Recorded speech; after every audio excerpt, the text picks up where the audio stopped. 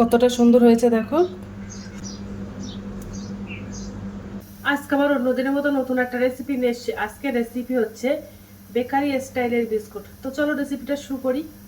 প্রথমে আমি একটা গামলা বাটি নিয়ে নিয়েছি। বেকারি স্টাইলের বিস্কুটটা বানাতে আমার 1 কাপ ঘি লাগবে, তো আমি 1 কাপ ঘি নিয়ে নিয়েছি। তো ঘিটা আমি গামলা বাটির মধ্যে ঢেলে দেব। তোমরা চাইলে ঘির পরিবর্তে বাটার কিংবা সাদা তেল দিয়েও বানাতে পারো। তো আমি এই ঘি দিয়েই বানাবো আজকে। আর লাগবে আমার চিনি। কাপের 1 কাপ চিনি নিয়ে নিয়েছি। চিনিটা আমি গুঁড়ো করে নেব, গোটা চিনি দেব না। চিনিটা গুঁড়ো করে নিলে তাড়াতাড়ি মিশে যায়, তার জন্য চিনিটা গুঁড়ো করে নিচ্ছি। তো মিক্সার গ্রাইন্ডারে দিয়ে মিক্সার করে নেব। চিনিটা দেখো আমি মিহি করে গুঁড়ো করে নিয়েছি। এবার যে আমি গামলা বাটিতে ঘিটা দিয়েছিলাম ওই ঘির মধ্যে আমি ঢেলে দেব চিনিটা। গুঁড়ো করা চিনিটা দিয়ে দিলাম। দিয়ে ভালো করে এবার এই ঘির সঙ্গে চিনিটা মিশিয়ে নেব।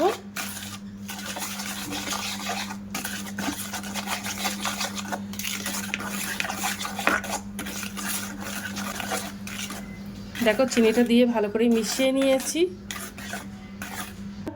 দেখো এবার আমি একটা চালুনি নিয়ে নিয়েছি, আর আমি কাপ মেপে ঘি আর চিনিটা নিয়ে নিয়েছি। এবার আমি কাপ মেপে ময়দাটা নিয়ে নেব। তো এই কাপের আমি 2 কাপ ময়দা নিয়ে নেব, আর এই ময়দাটা আমি চালুনি দিয়ে চেলে নেব। তো 1 কাপ দিয়ে দিলাম। তো 2 কাপ আমি ময়দা দিয়ে দিলাম। এই বিস্কুটটা বানাতে আমার বেকিং পাউডার লাগবে। তো এই চামচের আমি 1/2 চামচেরও কম বেকিং পাউডার দিয়ে দেব। এই চামচের আমি 3 ভাগের 1 ভাগ বেকিং পাউডার দিয়ে দেব। বেকিং সোডা না, বেকিং পাউডারটা দিয়ে দিলাম। দিয়ে এবার বেশ ভালো করে চেলে নেব ময়দাটা। এর থেকে একটা দলা দলা ভাব আছে, দেখো দলা বেরিয়েছে। দলাটা আমি ফেলে দেব। টাকা দামের একটা গুঁড়ো দুধের প্যাকেট নিয়ে নিয়েছি, ওই দুধটা দিয়ে দেব। আর ওর মধ্যে সামান্য পরিমাণে একটু লবণ দেব। বেকারি বিস্কুটের মধ্যে দেখবে একটু লবণতা ভাব থাকে, তার জন্য আমি একটু লবণ দিয়ে দিলাম। দিয়ে এবার ভালো করে মিশিয়ে নেব।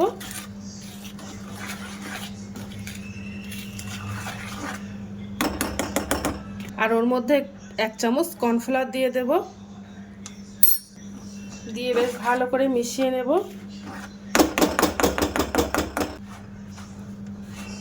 হাত দিয়ে আমি একটা ডো বানিয়ে নেব।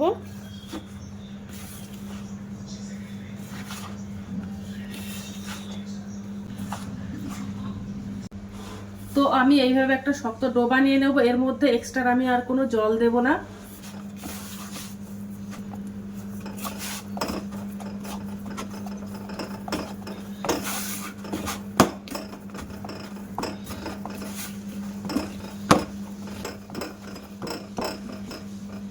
আর আমি বিস্কুটগুলো সব বানিয়ে নেব।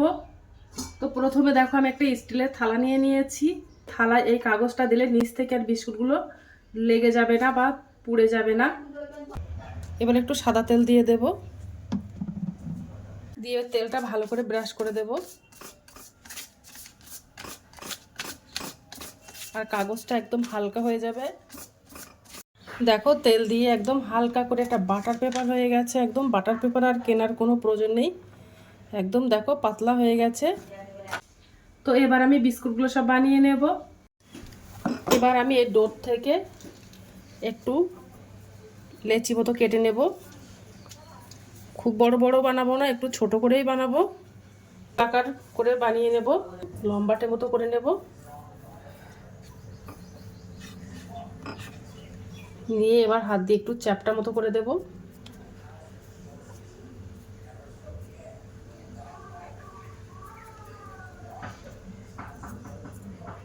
দেখেছো কত সুন্দর হয়েছে।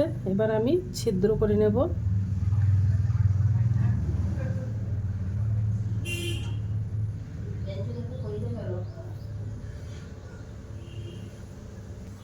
তো দেখো বানিয়ে নিয়েছি।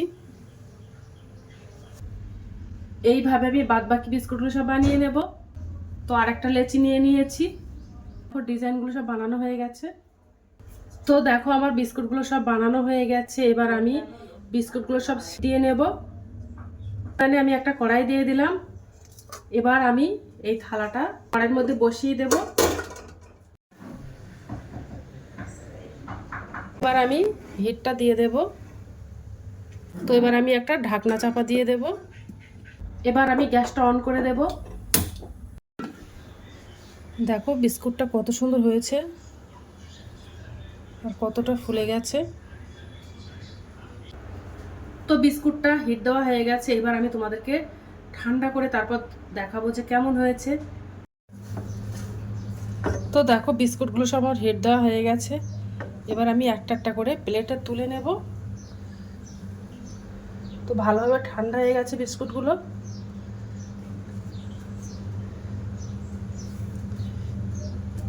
বানানো হয়ে গেছে, কত সুন্দর হয়েছে দেখতে। বিস্কুটটা দেখতে যেমন সুন্দর, খেতেও কিন্তু অসাধারণ। কতটা সুন্দর হয়েছে দেখো। তো দেখো বিস্কুটটা বানানো আর হয়ে গেছে। বিস্কুটটা দেখতে যেমন সুন্দর, খেতেও কিন্তু দুর্দান্ত। বিস্কুটটা চায়ের সঙ্গে খেতে কিন্তু অসাধারণ লাগে বিস্কুটটা। বললে বাড়িতে ট্রাই করতে পারো। তো আজকের দিনের মতো ভিডিওটা এখানে শেষ করছি। আগামী দিন আবার একটা নতুন ভিডিও নিয়ে চলে আসবো। তো টাটা বাই বাই, সবাই ভালো থাকবে, সুস্থ থাকবে।